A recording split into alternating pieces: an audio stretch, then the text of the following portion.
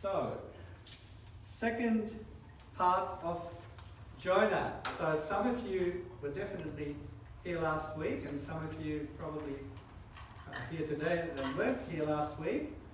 And we're looking at the end of the story. So Jonah is this little book tucked away towards the end of the Old Testament of the Bible. And it's about this man Jonah, and it's this beautiful 4-chapter story, nice and clear, and has got packs lots of punches. It did back then, and it still does now. So, very quickly, for those who were here last week, just tell me very quickly what happened in the 2 chapters that we looked at. First chapter, what happened? Jonah ran away. Jonah ran away? Why? Why did he run away? God asked him to go and do something he didn't want to do. That's right. So he ran in the opposite direction. God said go to Nineveh. He ran to Tarshish. In fact, I've got the map today, which I didn't have last week. Thanks, Dave. First slide. So here we go. Here's where he took the ship. So he was living here. God told him to go here, and he went there. If you want to run away, you better do it well. Map says go straight. So that was the first chapter. Is all about his disobedience, and his disobedience got a whole lot of other people in trouble because the ship that he was on, running away, got into a storm. So it was a shipwreck. So all the other people were in peril too. Anyway, Jonah got out, thought he was going to die, and then God ordered a big fish to swallow him. And in the fish, what happened in the fish for Jonah? I think that was fish and chips. Well, he suffered that in there. Because the gas in the thingy, he's burning up. But what was the result of that? The chapter is really a kind of very uplifting chapter in a lot of ways. Yeah. What did he do in the fish? He took Pray. He called out to God. He prayed, and at the end of the story, there's a kind of like a recommitment, isn't it? He says, it's kind of like, I'm back on track with you, Lord. I've learnt my lesson. I'm back on track. So that's where we are. He recommits his life and says, I'm ready to do the mission. So now we're up to chapter 3, and Margaret's going to read it for us. David, could you please, the second slide. The fish spat him out. Sorry? So we missed a crucial. Oh, well, that was the good news. He repented in the fish, and then the fish spat him out, and he was ready to get going again. So here we go. Jonah 3. Then the word of the Lord came to Jonah a second time.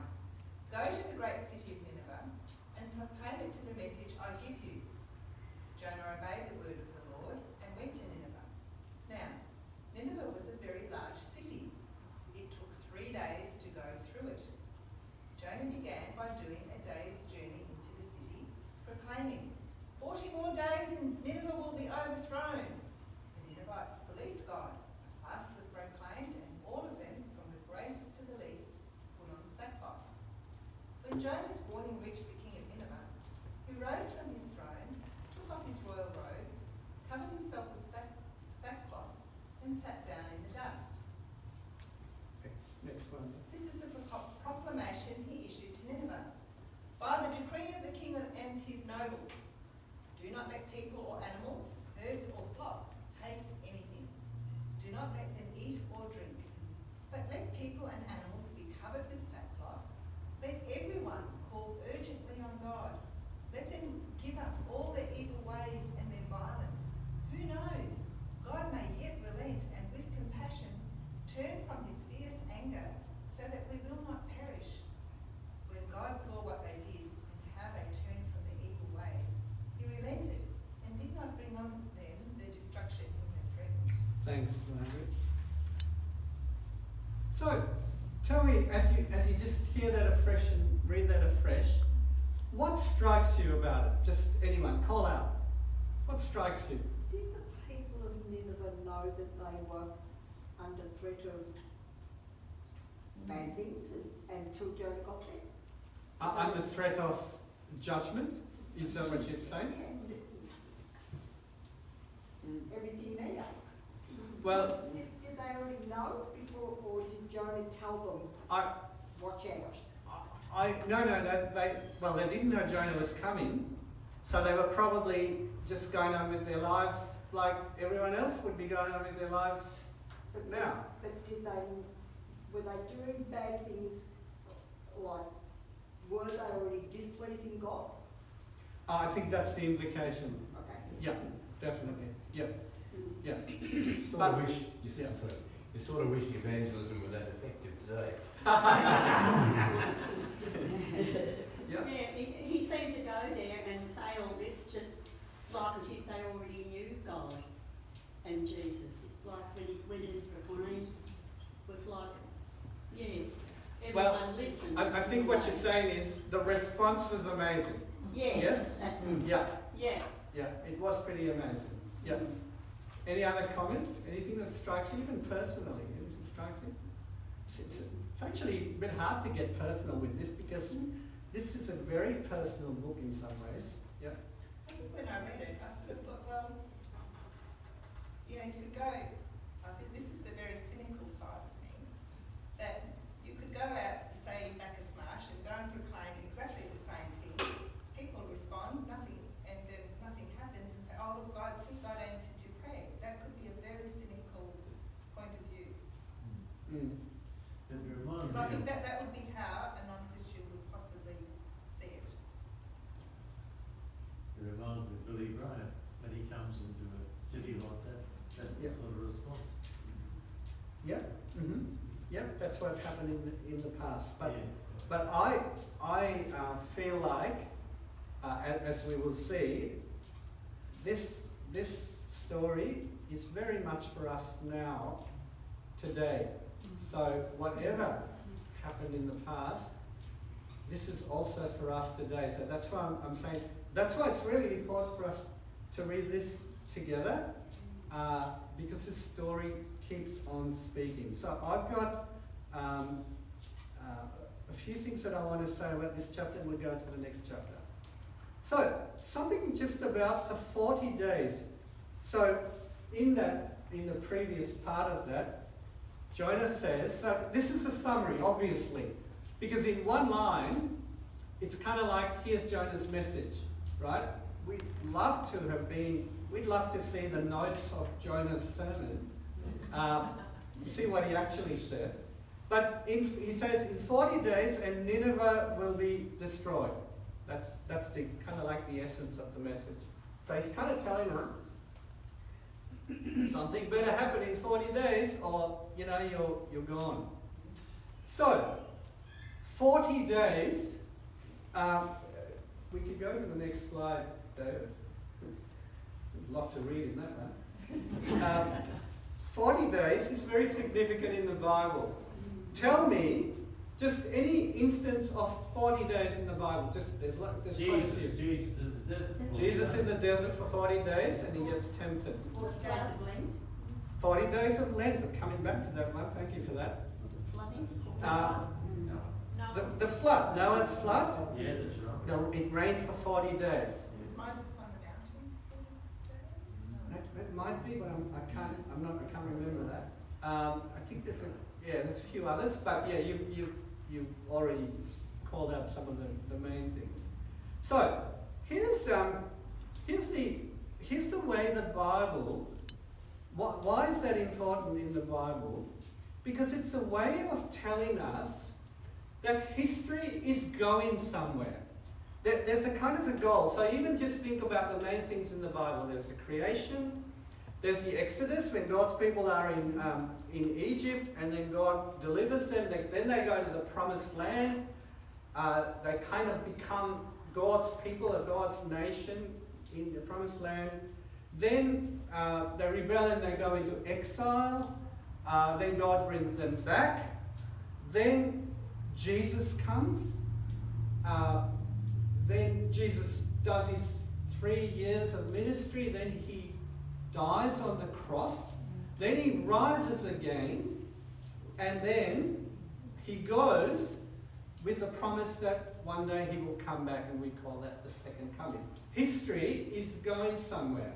And so this 40 days is very significant even in the Bible. It's kind of saying that 39 days leading to the 40 days is really important. It's not for nothing. There's something meaningful that happens and can happen before the 40th day. There's a goal. There's a goal in history. And if you want to capture this really well, read Ephesians chapter 1.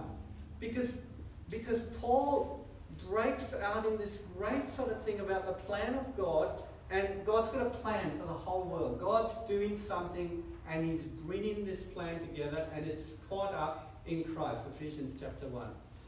So that's why 40 days is important. Now, I would like to read for you this really great, so this book by Eugene Peterson is about Jonah, and this really great little part about 40 days.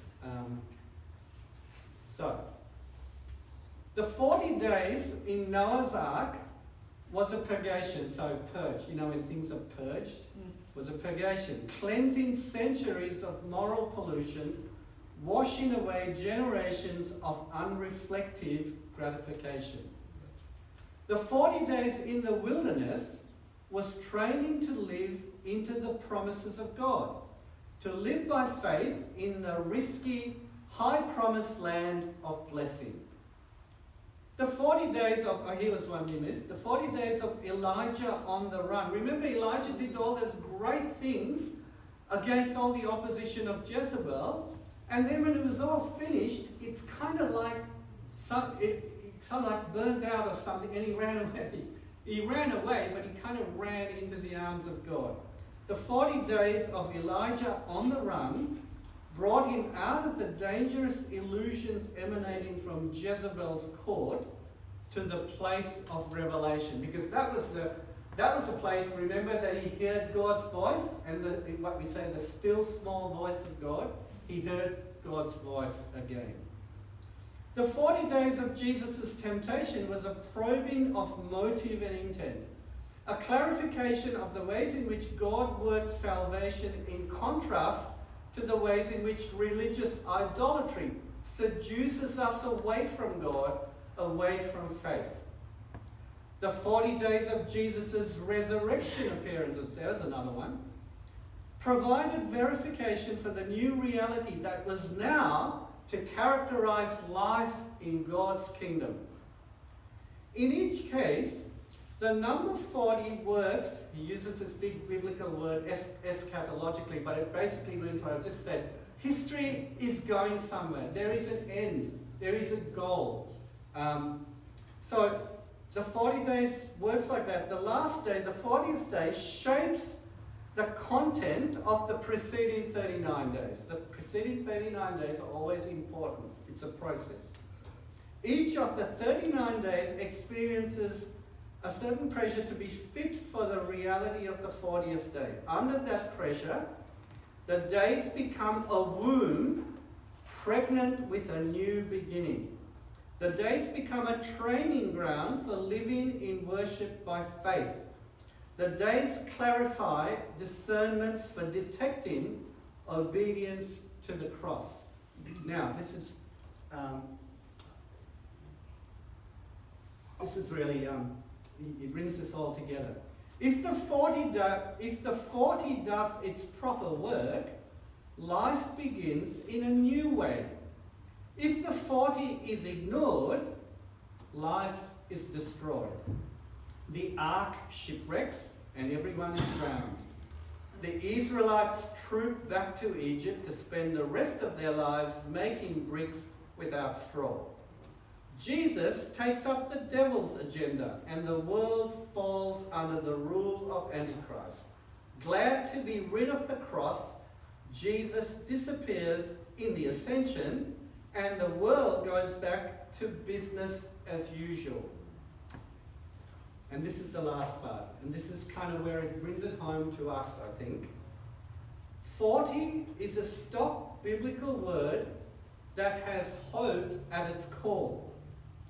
40 days is a period for testing the reality of one's life. Examine it for truth, for authenticity. Is this a real life or just some cheap imitation passed off on me by a sleight of hand culture? Is what I am doing and saying my own, or just borrowed from people who know less than I do about who I am and what I am for? Is God skillfully shaping and wisely guiding my life, or have I let my untutored whims and infantile sins reduce me to the lowest common denominator?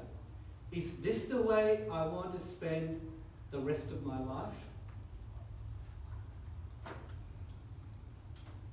So that led me, as I was thinking about that, led me to this. And Sandy mentioned 40 Days of Lent. We are in 40 Days of Lent, and we actually mentioned that last week. So Lent is a time in the church, in the universal church calendar, that makes us think about ourselves and think about how we prepare for Easter, prepare for the coming of Jesus, but mostly the cross of Jesus and what that means for us and what that means for our lives. So it is a time of preparation. And as I thought of that, and I thought of some of the things we've just read, I remembered something that happened a long time ago in the first church that I was part of. I was an associate pastor. And I want to suggest something to yourselves. Now, most of the time here, when when Scott or I talk to you, it's usually we that approach you. You know, we might say, occasionally that's not the case, but I know that sometimes you say, you know, people say, can I talk to you? Can I do this? You know, I need to have some time or whatever. But most of the time we approach you, you know, we say, can we have a chat? Or, you know, can we meet? And can we talk about this and whatever? I would like to just invite us all, any of us who wants to do this, that you think about if any of that what we've just been talking about may said anything to you and you're sort of thinking, I just want to get my life sorted out, you know. I don't want to kind of drift along, even in this year. I don't want to drift along. You know, at the start of the year, we did 5 Ps. It was all about planning and focusing into the year. Well, you might have heard that, and you might be thinking, well, that sort of sounded good, but I don't think I'm there, and I'm still struggling. And I just want to talk about this. And sometimes in talking to someone else, we know that it's more just as you talk, you listen to, but as you talk, maybe you clarify how you're thinking. But I want to invite you that wherever you are, even if it is you feel like God's really doing some great work and has been showing you some new things and you want to share it, I would like to invite you to approach either myself or Scott. I haven't checked with Scott, but I was really confident, Scott, that he'd be fine with this. To approach one of us and say, I just want to have a chat. And you know, you can say, well, really, mostly I want some prayer, but you can say, I want to have a chat. And we can do that at your place, we can do it at the church, we can do it in a coffee shop, doesn't matter. Scott and I are very flexible about those things. But it would be a way, it's almost like using this time of Lent up to Easter to review your own life and say, I just want to make sure that this year counts, whatever that means for you. So I'd like to leave that with you, and yeah, just contact us and we'll take it from there. So now we're going to go to the last chapter, chapter 4, and Margaret's going to read that again. So next slide, please. Thanks, David. Jonah chapter 4. But to Jonah this seemed very wrong, and he became angry. He prayed to the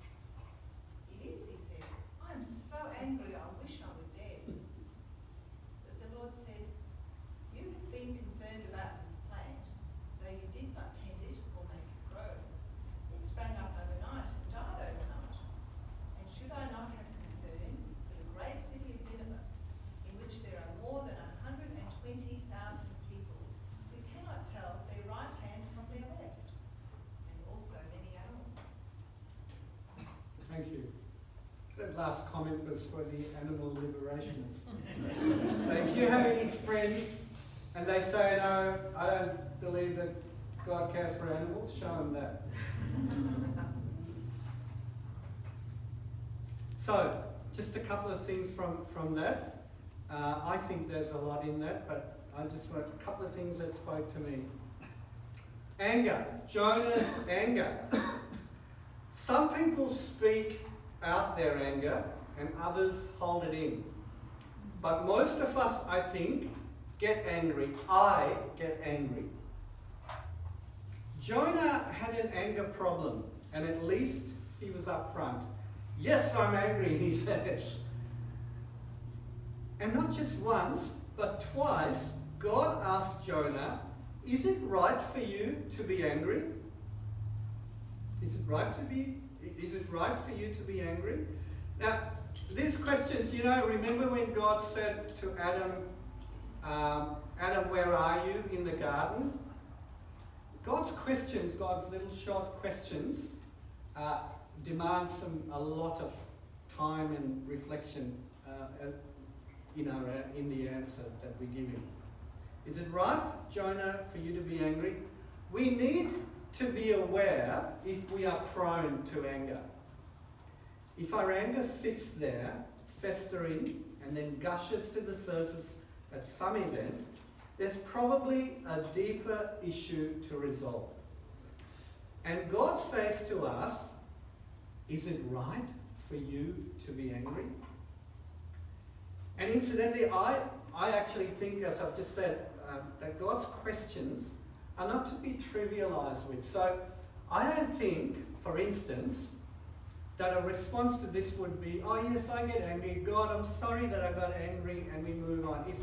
If there's an issue there, don't trivialize with it. God wants us to deal with the things. And if it's not anger and something else, God wants us to deal with it right down, deep down where it needs to be dealt with. And if we need help from other people, we need to do that. Don't trivialize with God's questions to us. So, that's about anger. Jonah was angry, but there's a bigger question at the end of the book, and we do need to hear it. Because it's God's question, and it's about him and who he is. So here we are again. Let's read it again in red. You have been concerned. I'll just go to 11. And should I not have concern for the great city of Nineveh, in which there are more than 120,000 people who cannot tell their right hand from their left, and also many animals? Last week, we concluded that even though we all feel like going to Tarshish sometimes, that Tarshish is kind of like a dream. It's an illusion. It often doesn't reflect the reality of our life circumstances, of the life circumstances that we're in. And if God wants us in Nineveh, then he's going to be there, as he was in Jonah's case. And Nineveh is the best place that we can be. Tarshish goes sour after a while. It's empty. The prodigal son went to Tarshish, and then he realized that even the pigs were happier than he. A friend of mine's estranged daughter works as a stripper, and she's enjoying what she does, and she's happy to tell her dad that because they're estranged. And he is praying for her and waiting for the day that her Tarshish reveals itself for what it is, a dead-end and destructive life. God calls us to Nineveh. Nineveh can be a place, but it can be a place, a geographical place. But it's also where I am and where you are, in your hearts. So having seen Jonah's response, first to obey, then to get angry at God, because God worked in a way that Jonah disobeyed, then he obeyed, then he did the right thing and they repented. Then he got angry at God because they repented. Okay? So, sorry, I've lost my place.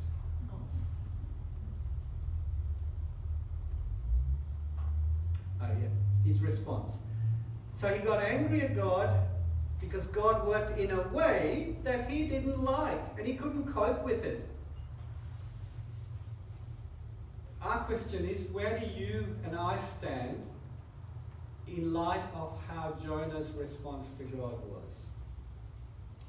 We've seen from Jonah that you can be obedient, you can do all the things that comply with what's religious, including engaging in ministry, but if our motives and our attitudes are contrary to what God wants to do in us and in others, then we're going to turn out very dissatisfied and very grumpy like Jonah was. So let God's question penetrate until we can answer him. And as we think about that as a church now, that's personal, but as a church, when different groups of God's people heard this story in history, they would have been confronted with that question at the end. God calls us to Nineveh. God calls us to mission. And sometimes that's messy because people don't act and think like us. They have different values and different priorities.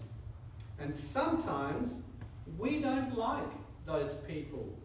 And I put my hands up and say, I'm guilty.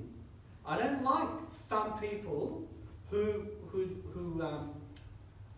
act and behave in ways that are contrary to the things that I believe are right and the things that I believe God wants us to do. Sometimes I don't like those people. But we need to hear God's heart as opposed to Jonah's heart. And I could probably list out about 5 things now and say, yeah, this is the way we should respond to this question. But I don't feel free to do that because I feel like the story has been left deliberately the way it is for us to reflect on and act on. And it would be wrong of me to spell out in detail what this might mean, because that might be what I think. And I think we need to hear the Spirit of God speak to all of us about that question. So just a couple of more things to finish. Because I feel that the story deliberately ends like this, it's to probe us at a deeper level. So we need to let God work in us until we can give him an honest answer to this question. And should I not have concern for the great city of Nineveh, in which there are more than 120,000 people who cannot tell their right hand from their left? The story of Jonah is not about Jonah. The story is ultimately about God. It's about who he is and what he wants to do in the world and with us. Will he get a better response from us than from Jonah? And we're going to come to our last hymn, which Jenny is going to play for the last time in this church. Thank you, Jenny, for playing that and for serving us in music in all these years. And we're going to sing May the Mind of Christ.